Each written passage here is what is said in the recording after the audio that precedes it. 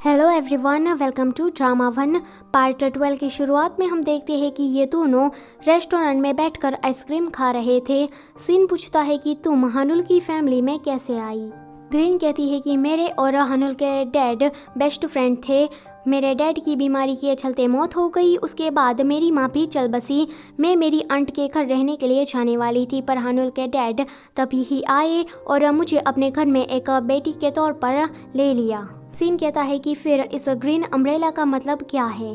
Green कहती है कि एक बार मैं रो लेती हूँ तो उसके बाद मुझे काफ़ी ज़्यादा अच्छा लगता है। जब मुझे कोई भी नहीं देखता तो मैं ज़ोर ज़ोर से ही ऐसे रो लेती हूँ।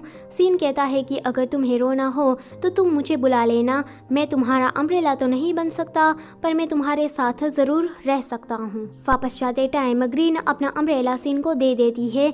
वो अपने घर पर आ जाती है। वो देखती है कि हनुल तो पूरा बारिश में भीग गया है। वो उसके पास भाग कर जाती है और कहती है कि तुम छाता लेकर क्यों नहीं गए, तुम्हें कोल्ड भी तो हो सकता है ना। हनुल कहता है कि मेरे पास अम्ब्रेला नहीं था इसलिए। ग्रीन कहती है कि जल्दी से अंदर चलो। सीन जब घर आता है तो ग्रीन के अम्ब्रेला को ध्यान से रख रहा था। मानसी कहता है कि ये क्या पागल वागल तो नहीं हो गया ना।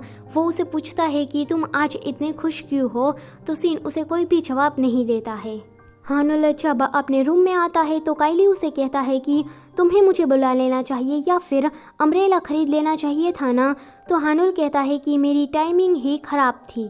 मिंजू अभी स्टूडियो में थी। वहाँ पर युनसू की एक्स गर्लफ्रेंड उसे मिलने के लिए आती है। हनुल ने अब कपल रिंग बाई कर ली थी।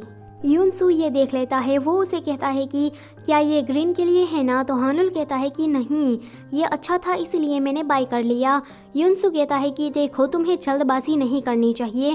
ग्रीन बहुत ही ज़्यादा काम करती है इसलिए वो थोड़ी उलझी हुई है। ये जानकर वो थोड़ा शौक हो जाएगी, इसलिए क्यों ना तुम उसे कहीं पर ले जाओ, जैसे कि कोई रोमांटिक प्लेस। हनुल कहता है कि तुम ये बात सीक्रेट रखना। काइली झट से दरवाज़ा खोल देता है कि क्या सीक्रेट, मैंने सब कुछ सुन लिया है कि तुम किसी सीक्रेट की बात कर रहे थे। हनुल कहता है कि आजकल तुम बहुत ही ज़्यादा बदल गए हो और नाइस पर्सन बन गए हो। हम ये तुम्हें बताना नहीं चाहते थे क्योंकि तुम थोड़ा एम्बैरेसिंग फील करोगे। काइली कहता है कि तो तुम्हें पता लग ही गया ना कि मैं कितना ऑसम हूँ। देखो, मेरा दिल बहुत ही बड़ा है। मिंजू उसके घर पर आती है तो काइली को धक्का देकर युनसू उसे मिलने के लिए चला जाता है। काइली कहता है कि मेरे पास भी एक सीक्रेट है, मैं बता सकता हूँ कि युनसू मिंजू को पसंद करने लगा है। हनुल तो चौंक जाता है कि हे भगवान, यहाँ पर सिर्फ तुम्हें ही ये बात पता नहीं थी। मिंजू तो यहाँ पर युनसू की एक्स गर्लफ्रेंड का लेटर उसे देने के लिए आई थी। जियंग के बारे में न्यूज़ छप जाती है कि मिस ए और कोई नहीं पर जियंग ही है। जियंग जूहान पर गुस्सा करती है कि यह तुमने ही किया है ना। वो तो जूहान को डराने लगती है कि उस दिन हनुल जब मेरी मदद करने के लिए आया था तो तुमने ही उसे डंडा मारा था और पुलिस को मुझे ये बताने को कहा कि ये सब कुछ हनुल ने किया है। ये सारा वीडियो में रिकॉर्ड था और ये युनसू ने यानी कि जियंग के भाई ने ही लिया था।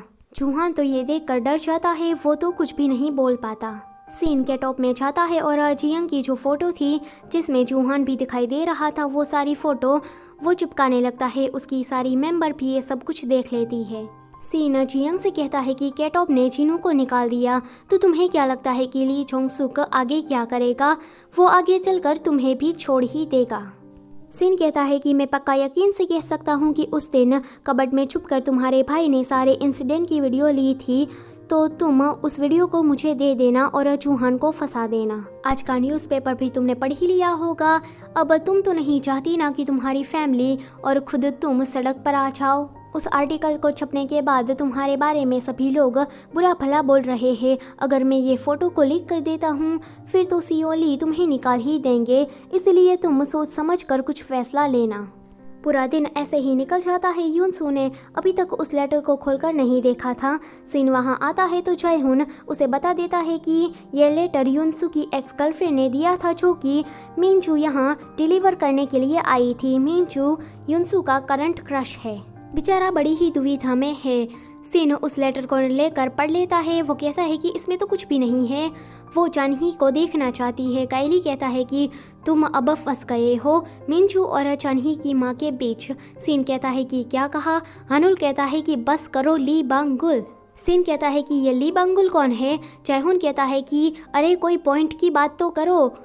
काइली कहता है कि तुम चानही की माँ से एक बार मिल लो। हानुल कहता है कि तुम अपना मुंह बंद रखोगे ली बांगुल। सिन कहता है कि अच्छा तो तुम्हारा नाम ली बांगुल है, ये क्या तुम्हारा कोई निकनेम है? युनसु बहुत ही ज़्यादा परेशान नजर आ रहा था तो सिन उसे अकेले में बात करने के लिए ले जाता है। युनसु यहाँ पर अपनी कहानी बताता है कि वो पहली बार चानही की माँ से पार्ट टाइम जॉब करते हुए मिला था। वो दोनों ही एक दूसरे को काफ़ी पसंद करते थे। युनसु के पिता एक किसान थे और वो काफ़ी गरीब भी था, पर इन लोगों को एक दिन पता लगता है कि वो प्रेग्नेंट है, इसीलिए उसने सोचा कि ये शादी कर लेगा। सिन कहता है कि मुझे प्यार के बारे में ज़्यादा कुछ पता नहीं है क्योंकि आज तक मैंने कभी डेट नहीं की है, तो मैं तुम्हारी कोई भी मदद नहीं कर सकता।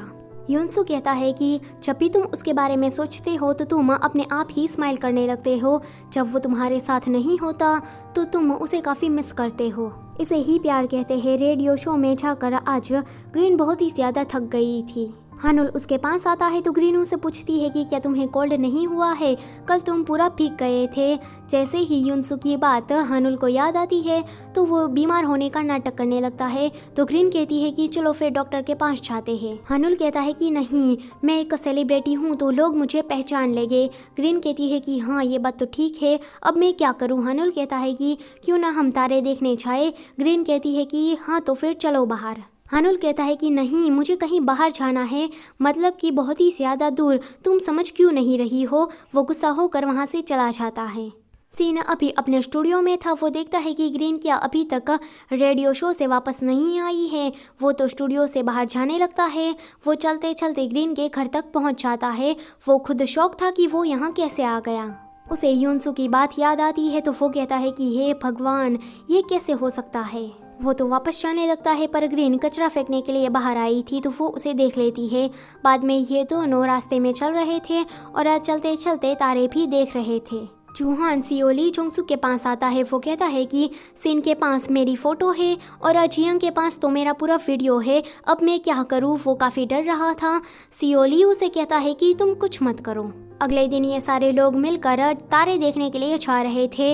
हानुल का मूड तो बिगड़ ही जाता है क्योंकि वो ग्रीन के साथ अकेले में तारे देखने के लिए जाने वाला था। ग्रीन हानुल से पूछती है कि क्या तुम खुश हो? तो हानुल मुंह बिगाड़ते हुए कहता है कि हाँ, मैं तो बहुत ही ज़्यादा खुश हूँ। युनसु आज चानही की माँ से मिलता है। चानही भी वहाँ पर था। वो उसे अपनी माँ नहीं पर आंटी आंटी कह के बुला रहा था। वो फिर खेलने के लिए साइड में चला जाता है। चानही की माँ कहती है कि मैंने आज तुम्हें टीवी पर देखा है, तुमने म्यूजिक पर से गिव अप नहीं किया। युनसु कहता है कि तुमने मुझे क्यों छोड़ दिया? तुम तो चानही के फॉर्मूलाज लेने के लिए पर्स लेकर बाहर गई थी ना, उसके बाद तुम कभी भी वापस लौट कर नहीं आई।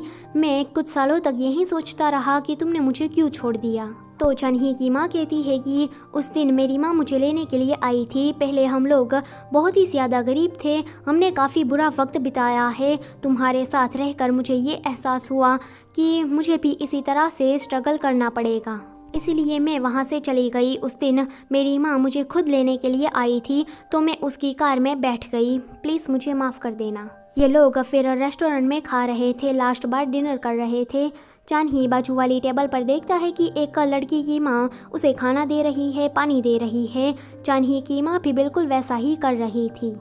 जाते टाइम चानही की माँ ने बता दिया है कि उसकी शादी हो गई है तो वो उसे कॉन्ग्रेचुलेशन कहता है। फिर वो वहाँ से चली जाती है। चानही उठता है। वो कहता है कि मेरी माँ क्या चली गई, वो मेरी माँ ही थी ना। चानही तो बहुत ही ज़्यादा रोने लगता है। युनसु कहता है कि तुम्हें पहले से ही पता लग गया था। मिंजू वहाँ पर आती है। वो कहती है कि चानही तुम्हें क्या हुआ है, क्या तुम बीमार हो? चानही कहता है कि मेरी माँ ने मुझे छोड़ दिया है। युनसु भी रो रहा था। बेचारी मिंजू उन दोनों को ही संभाल रही थी। जियांग थोड़ा बहुत सोचने के बाद वो पूरा वीडियो उसे भेज देती है। सिन तो बहुत ही ज़्यादा खुश हो जाता है। वो जल्दी से भागकर पुलिस स्टेशन जाता है। ये लोग तो यहाँ पर काफ़ी मज़े कर रहे थे। ग्रीन देखती है कि काइली और चैहुन नीचे सेल्फीज ले रहे हैं पर वहाँ हानुल नहीं था। हानुल उसके पास आता है। वो रिंग को निकाल कर सीधा ग्रीन के हाथ में पहना देता है। वो कहता है कि ग्रीन आई लाइक यू, चलो डेट करते हैं। ये एपिसोड यहीं पर ही ख़त्म होता है। वीडियो अगर अच्छी लगी है तो उसे लाइक कर देना और चैनल पर पहली बार आए हो तो उसे सब्सक्राइब भी कर देना। Thank you for watching.